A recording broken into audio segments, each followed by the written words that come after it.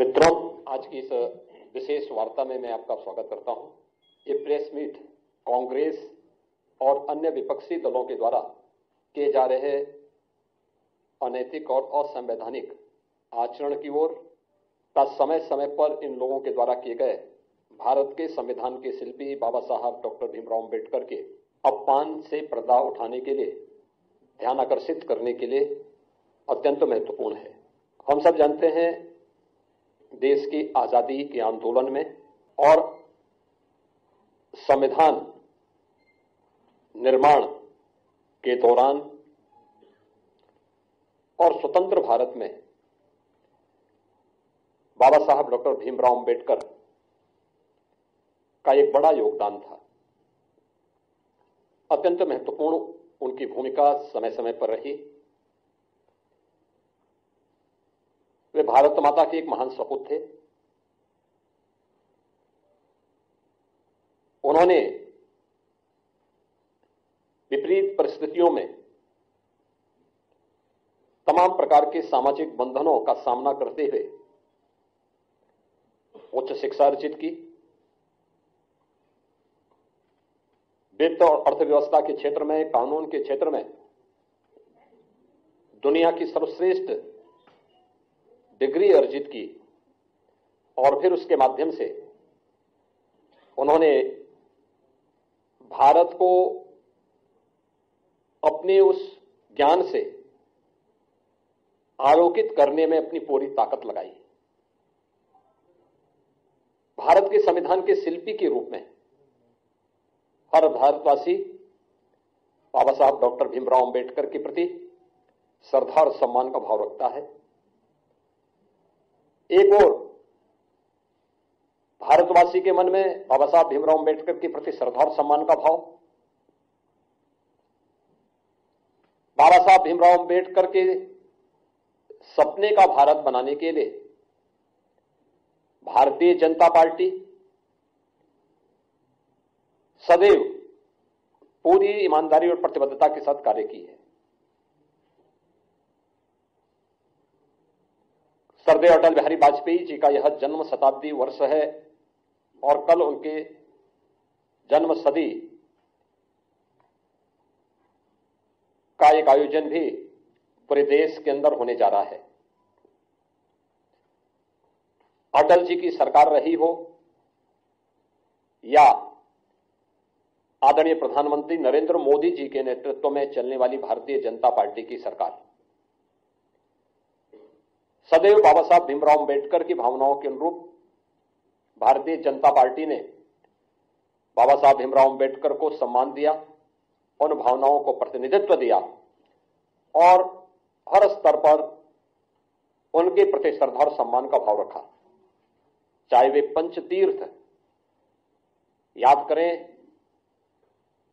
बाबा साहब भीमराव अम्बेडकर का जन्म मऊ मध्य प्रदेश के जिस क्षेत्र में हुआ था, वहां पर भारतीय जनता पार्टी के तत्कालीन मुख्यमंत्री श्री सुंदरलाल पटवा जी ने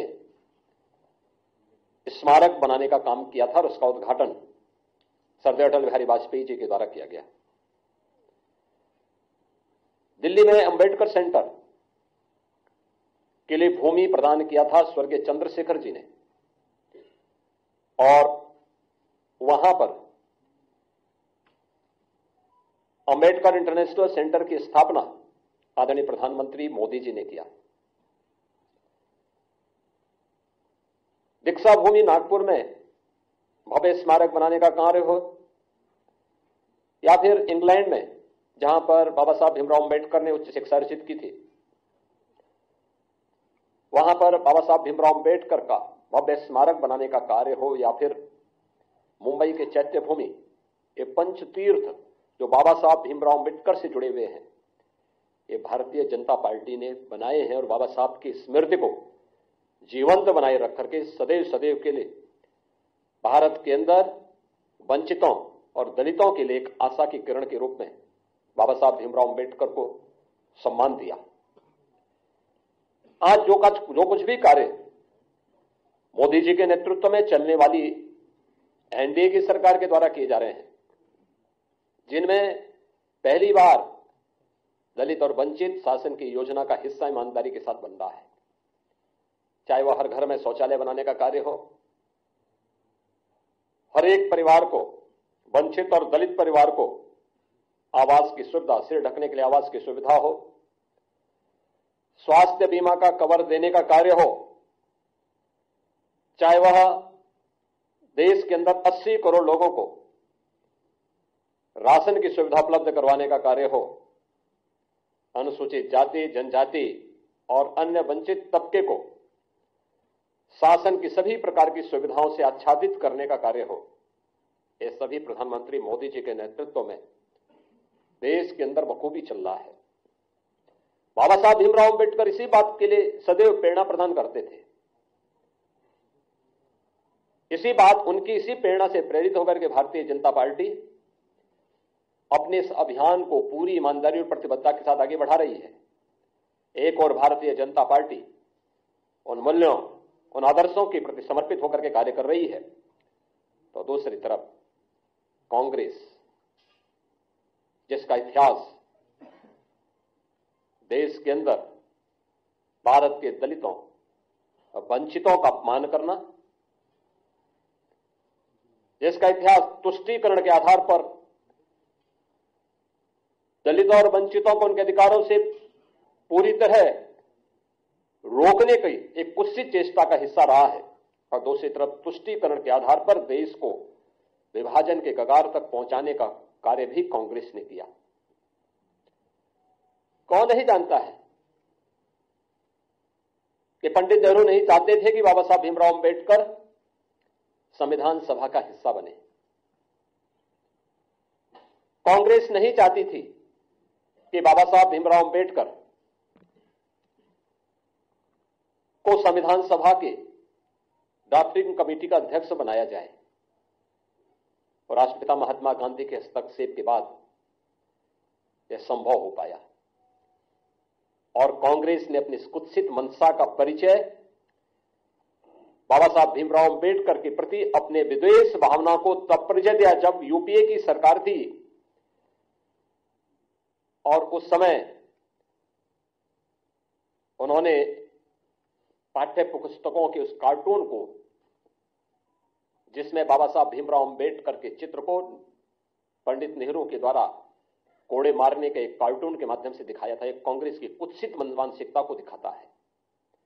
बाद में जब विरोध हुआ तो तत्कालीन मानव संसाधन विकास मंत्री कपिल सिब्बल को माफी मांगनी पड़ी थी, और ये पुस्तकों को वापस करना पड़ा था।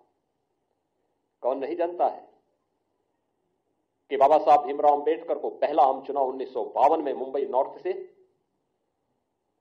फिर 1954 में उपचुनाव हराने का कार्य भी तो कांग्रेस ने ही किया था।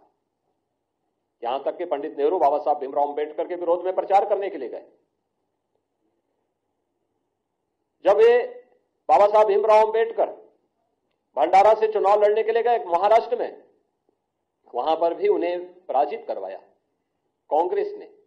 कांग्रेस कभी नहीं चाहती थी कि बाबा साहब भीमराव अंबेडकर संसद में जाएं, दलितों की आवाज बने, वंचितों की आवाज बने, और सदैव उन्हें अपमानित करने का काम करती थी।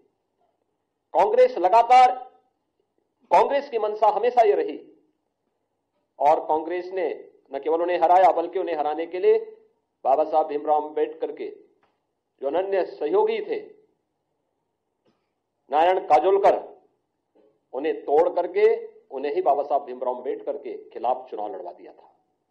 और हम सब जानते हैं कि उन्हें चुनाव लड़ाने के परिणति क्या थी, बाबा साहब चुनाव हारे, और उन्हीं काजोलकर को कांग्रेस ने 1970 में पद्म पुरस्कार से भी सम्मानित किया।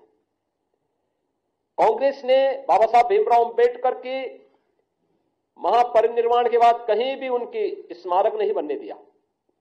जो भारतीय जनता पार्टी ने सरदार अटल बिहारी वाजपेयी जी के समय और आज आदरणीय प्रधानमंत्री नरेंद्र मोदी जी के समय जो पंचतीर्थ बने हैं, ये भारतीय जनता पार्टी ने बनाए हैं, कांग्रेस ने नहीं। कांग्रेस ने कभी नहीं बनने दिया। बाबा साहब भीमराव अंबेडकर को कभी पद्म पुरस्कार तक नहीं लेने दिया। भारत रत्न भी बाबा साहब भीमराव अंबेडकर को तब मिला जिस सरकार में भारतीय जनता पार्टी सपोर्ट कर रही थी। कांग्रेस का इतिहास इसी से आप समझ सकते हैं जो बाबा साहब भीमराव अंबेडकर ने अपने इस्तीफे के दौर के बाद कही थी, जब उन्हें अपने पद को छोड़ने के लिए मजबूर होना पड़ा था, तो उन्होंने उस समय नेहरू सरकार पर आरोप लगाए थे। और यह परंपरा है कि कोई मंत्री अपने पद से इस्तीफा सदन के रहते हुए दे रहा है तो उसे सदन में बोलने का अवसर दिया जाता है। बाबा साहब भीमराव अंबेडकर को नहीं बोलने दिया सदन में, अपमान यहां पे भी किया गया। उनके इस्तीफे को उजागर नहीं होने दिया गया। अपने इस्तीफे में बाबा साहब अंबेडकर इस बात को कहते हैं कि कांग्रेस को वंचितों और दलितों की चिंता नहीं है, पंडित नेहरू को दलितों और वंचितों की चिंता नहीं है, इन्हें मुसलमानों की चिंता है। ये वंचितों और दलितों से ज्यादा महत्व उन्हें देते हैं और मैं वंचित और दलितों की आवाज बनना चाहता हूं। मैंने वित्त और अर्थशास्त्र विषय से उच्च डिग्री हासिल की है, मुझे किसी संसदीय समिति में तक नहीं रखा गया है। ये पीड़ा उनकी थी जो वंचितों और दलितों के लिए जिस आंदोलन को उन्होंने आगे बढ़ाया था, देश के अंदर जिस सामाजिक समता के निर्माण के लिए उन्होंने अपना पूरा जीवन होम किया था, उन्हें उससे वंचित करने का काम भी कांग्रेस किस रूप में कर रही थी। ये बाबा साहब अंबेडकर की पीड़ा उनके इस्तीफे के माध्यम से देखने को मिलती है। और याद करिए, जब कांग्रेस नेतृत्व की ही सरकार केंद्र में थी, तब उस समय कांग्रेस यूपीए सरकार के प्रधानमंत्री भी इस बात को कहते हैं कि देश के संसाधनों पर पहला अधिकार मुसलमानों का है, या वंचितों और दलितों का नहीं है। यानी देश को कैसे लोग आपसी बंटवारे का कार्य कर रहे हैं, ये किसी से छुपा हुआ नहीं है। और जो बाबा साहब भीमराव अंबेडकर देश के दलितों और वंचितों को अपमान करने का जो एक काला अध्याय कांग्रेस का रहा है, कमोवेश वही परिपाटी समाजवादी पार्टी ने भी अपनाई है। याद करिए, समाजवादी पार्टी की सरकार के समय 2012 में जब सरकार बनी थी, तब तत्कालीन मुख्यमंत्री ने कहा था कि सामाजिक न्याय से जुड़े हुए जो स्मारक हैं लखनऊ में बने हुए, सबको तोड़वा देंगे। यानी उन्हें सामाजिक न्याय के इन पुरोधाओं के स्मारक उन्हें अच्छे नहीं लग रहे थे, और उन्होंने अपने समय में किया भी। कन्नौज के बाबा साहब अंबेडकर के नाम पर बने हुए मेडिकल कॉलेज का नामकरण हटा दिया, उसे बाबा साहब भीमराव अंबेडकर का नाम हटा दिया। लखनऊ में भाषा विद्यालय मान्यवर कांसी राम जी के नाम पर स्थापित था। वे सामाजिक न्याय की जिस लड़ाई को लड़े थे, समाजवादी पार्टी ने नाम हटा दिया। सहारनपुर मेडिकल कॉलेज के नाम हटा दिया, तमाम जनपदों से नाम हटा दिए गए। ये चीजें दिखाती हैं कि लोग किस रूप में समाज को विभाजित करने के लिए राजनीति करना चाहते हैं। आदरणीय गृह मंत्री जी के बयान को आधा अधूरा मीडिया के सामने प्रस्तुत करके उसके नाम पर किस प्रकार से अपनी राजनीतिक रोटियां इनके द्वारा सेकी जा रही है, किस तरीके से समाज को गुमराह करने का कार्य किया जा रहा है। अपने किए हुए पर पर्दा डालने के लिए इनके द्वारा लगातार इस शरारत की जा रही है। इन लोगों ने अपने कालखंड के दौरान, अपने कार्यकाल के दौरान बाबा साहब भीमराव अंबेडकर, सामाजिक न्याय के पुरोधाओं और महापुरुषों, दलितों और वंचितों के प्रति जो विद्वेष की भावना इन लोगों के मन में थी, ये आज भी उस प्रकार का आचरण लगातार कर रहे हैं। और यही कारण है कि जो भारतीय जनता पार्टी लगातार प्रधानमंत्री मोदी जी के नेतृत्व में दलितों और वंचितों के लिए नई नई योजनाएं ला रही है, उनके उत्थान के लिए कार्य कर रही है। जीरो पॉवर्टी के लक्ष्य को प्राप्त करने के लिए उन्हें 100% सिचुएशन के लक्ष्य की ओर बढ़ाने के लिए पूरी ईमानदारी के साथ कार्य कर रही है। इन सब के पीछे प्रेरणा बाबा साहब भीमराव अंबेडकर की है। उत्तर प्रदेश में हमारी सरकार ने स्वयं लखनऊ में बाबा साहब भीमराव अंबेडकर के नाम पर बाबा साहब अंबेडकर इंटरनेशनल सेंटर की स्थापना हम लोग कर रहे हैं। उत्तर प्रदेश के अंदर हर सरकारी कार्यालय में बाबा साहब भीमराव अंबेडकर का चित्र हमारी सरकार के समय, डबल इंजन की सरकार के समय लगे हैं। आजादी के बाद उत्तर प्रदेश से पहला दलित देश का राष्ट्रपति भी बनता है। पहली बार देश के अंदर कोई महिला जनजाति समाज से जुड़ी हुई एक मातृशक्ति भारत के सर्वोच्च संवैधानिक पद पर बैठती है। प्रधानमंत्री मोदी जी की प्रेरणा, उनकी लीडरशिप सबको सम्मान देने की है। गृह मंत्री जी के एक बयान को संसद में, वह भी संविधान दिवस के अवसर पर, और संविधान दिवस का यह आयोजन भी 26 नवंबर की तिथि को संविधान दिवस के रूप में पूरा देश आयोजित करके बाबा साहब भीमराव अंबेडकर के प्रति अपनी श्रद्धा और सम्मान का भाव व्यक्त करेगा।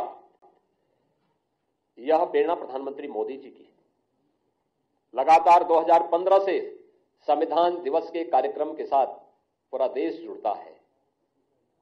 केवल मूल अधिकारों की ही नहीं, कर्तव्यों के बारे में भी जो प्रेरणा बाबा साहब भीमराव अंबेडकर की है, उससे पूरे प्रदेश को और पूरे देश को जोड़ने का कार्य है। प्रधानमंत्री मोदी जी का प्रयास कि बाबा साहब भीमराव अंबेडकर को सम्मान प्राप्त हो, हर स्तर पर सम्मान मिले, और संसद पर जब इन कार्यों को लेकर के संविधान सभा को संविधान दिवस को लेकर के चल रही चर्चा का जवाब देते हुए आदरणीय गृह मंत्री जी ने अपना भाषण कर रहे थे।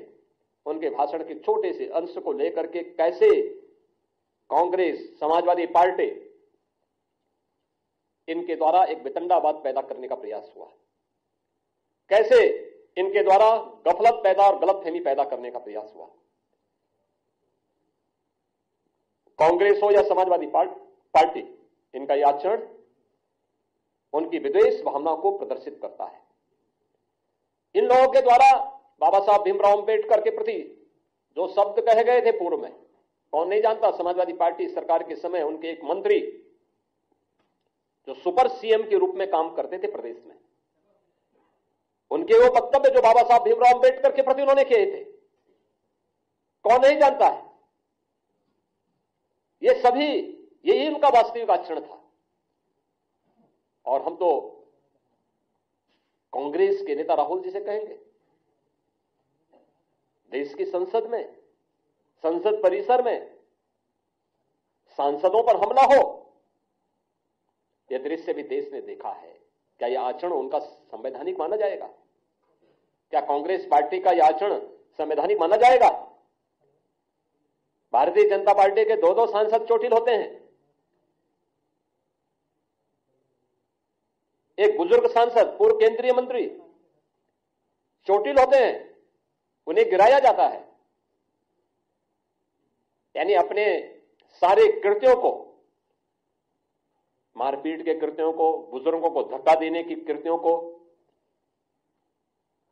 ये संवैधानिक बनाने का प्रयास करते हैं।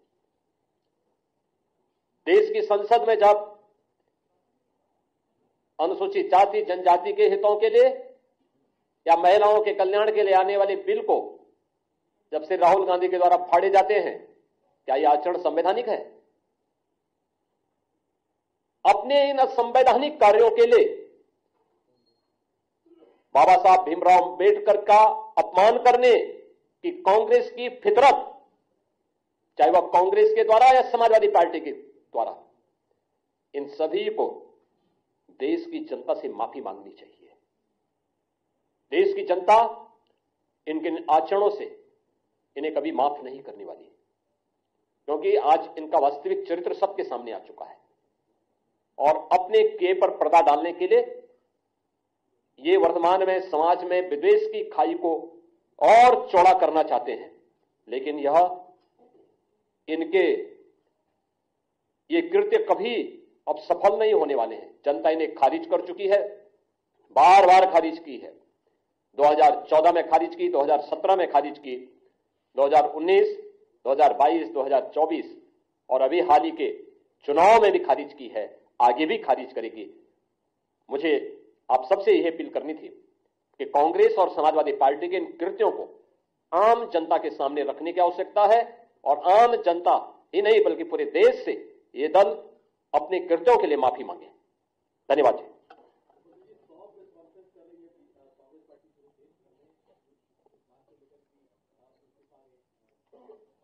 हम यही तो कह रहे हैं कि कांग्रेस को अपने इन आचरणों पर भी बोलना चाहिए, कांग्रेस के इस आचरण पर भी बात की जानी चाहिए।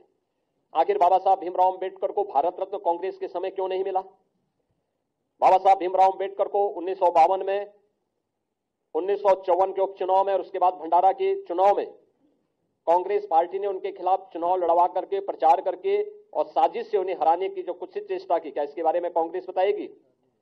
बाबा साहब भीमराव अंबेडकर को उनकी योग्यता के विपरीत काम नहीं करने दिया गया। वित्त और उद्योग जैसे महत्वपूर्ण विभागों का दायित्व नहीं दिया गया। बाबा साहब भीमराव अंबेडकर को किसी महत्वपूर्ण संसदीय समिति का चेयरमैन नहीं बनाया गया।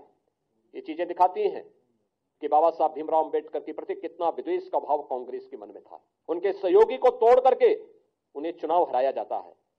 कांग्रेस को इस पर स्पष्टीकरण देना चाहिए और देश की जनता से माफी मांगनी चाहिए। बाबा साहब भीमराव अंबेडकर का कोई भी स्मारक कांग्रेस ने अपने कालखंड में सर्वाधिक समय तक देश के अंदर, कांग्रेस की सरकार थी, भारत के संविधान के महानायक का, इस महान शिल्पी का स्मारक, चाहे उनकी जन्मभूमि में हो, चाहे उनके दिल्ली का जो सरकारी आवास था उसमें हो, उनकी दीक्षा भूमि नागपुर में हो, उनके चैत्य भूमि मुंबई हो, या उनकी उच्च शिक्षा की भूमि जहां पर उन्होंने अपनी डिग्री ली थी, उच्च शिक्षा की डिग्री इंग्लैंड में ली थी, वहां पर बाबा साहब भीमराव अंबेडकर को कोई स्मारक कांग्रेस ने क्यों नहीं बनाया? कांग्रेस को इस पर भी सफाई देनी चाहिए और देश की संसद में से राहुल गांधी के द्वारा देश की संवैधानिक मर्यादाओं को, संसदीय परंपराओं को तार तार करते हुए जो बिल की प्रतियां फाड़ी थी, क्या कांग्रेस इसके बारे में माफी मांगेगी? और कांग्रेस को इसके बारे में देश की जनता को बताना चाहिए।